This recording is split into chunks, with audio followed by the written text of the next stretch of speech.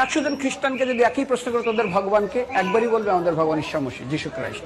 মুসলমানকে জিজ্ঞাসা করবে 3 থেকে 5 মানে মৃত্যুর আগে পর্যন্ত, যাকে এই তোদের ভগবানকে, একই উত্তর দেবে, ভাই আমাদের ভগবান হলো আল্লাহ। হিন্দুদেরকে যদি একই প্রশ্ন করা হয়, ভাই তোদের ভগবানকে, কনফিউজ।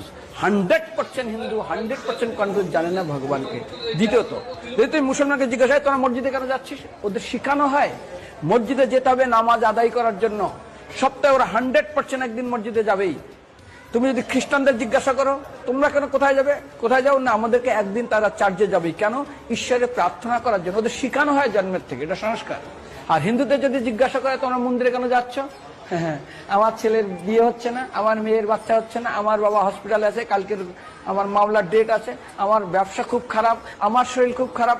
99.99 হিন্দু জানে না মন্দিরে কেন আসা উচিত, তাদের ভগবানকে মৃত্যুর পরে কোথায় যাবে। মুসলমানকে জিজ্ঞাসা করবে মৃত্যুর পর কোথায় যাবে, বলবে ভাই নামাজ রোজা যদি না করি দোজকে যাব, অর্থাৎ নরকে যাব। যদি হিন্দুদেরকে জিজ্ঞাসা, ওদেরকে বলবে আর যদি করো নামাজ রোজা করি তাহলে বেহেশতে স্বর্গে যাব। যদি খ্রিস্টানদেরকে জিজ্ঞাসা করো এই তোমরা যদি আমরা ঈশ্বর আরাধনা করি হেল অর্থাৎ নরকে যাব।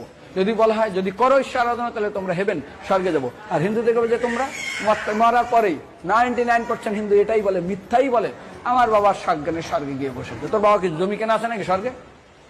তোর বাবা জমি কেনা আছে যে তোর বাবা মরার পরে স্বর্গে গিয়ে হোয়াটসঅ্যাপ করে দেখি এই যে অ্যাটাচ বাথরুম টয়লেট আমি একদম ভালোভাবে পৌঁছে গেছে, তোর বাবা স্বর্গে গেছে জানিস তুই? আরে মৃত্যুর আগে এত কষ্ট পায়, এত কিছু করে, মারার পরে আমরা স্বর্গে গেছে।